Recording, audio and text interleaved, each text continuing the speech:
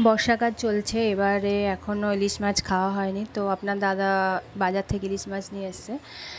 তো মাছটাকে ভালো করে বেছে ধুয়ে নুন হলুদ মাখিয়ে রেখে দেবো। এবার কড়ার মধ্যে কালো জিরে কাঁচা লঙ্কা ফোড়ন দিয়ে দেবো, দিয়ে আর জিরে বাটা কড়ার মধ্যে দিয়ে দেবো, দিয়ে ভালো করে জল দিয়ে দেবো। জলটা যেই ফুটে উঠবে কাঁচা মাছগুলো দিয়ে দেবো।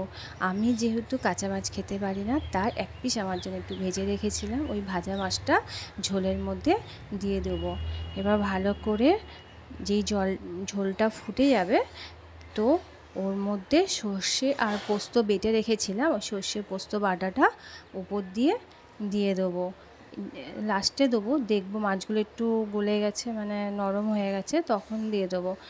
আর আমরা যেহেতু বাঙালি, ইলিশে একটু সর্ষের তেল না দিলে ভালো লাগে না, তো লাস্টে উপর দিয়ে সর্ষের তেলটা ছড়িয়ে দিয়ে দেবো। তো গরম গরম ভাত দিয়ে সর্ষে পোস্ত বাটা দিয়ে আমরা ইলিশ মাছের আজকে ভাত খেলাম, ইলিশ মাছ তরকারি দিয়ে।